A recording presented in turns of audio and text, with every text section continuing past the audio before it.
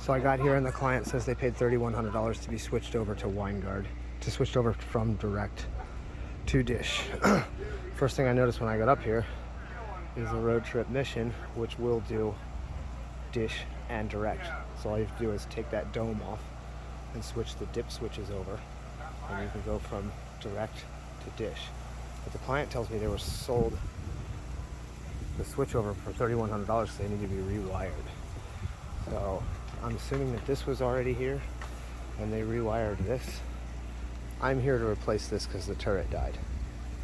So I put the new turret on, put the whole new dish on, plugged it into power, and plugged it into the existing new, what's supposed to be new coax wires. So it didn't work. The dish box is not connected to this satellite. So I traced the wires, put a coax finder on the C port. That's your main wire. That's what was plugged into there. So I'll follow this wire in here. There we go. Follow this wire. Why it wasn't run into the cabin, I don't understand, into the HDMI splitter, I don't know. But here, let's watch this.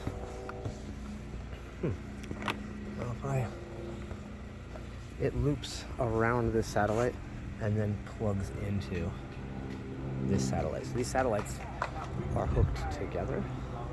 Never seen that. Here is the second wire. This is in the B port. And so this should go down to the second satellite box in the bedroom. Here it wasn't strapped. It's not strapped. Not strapped. Loose.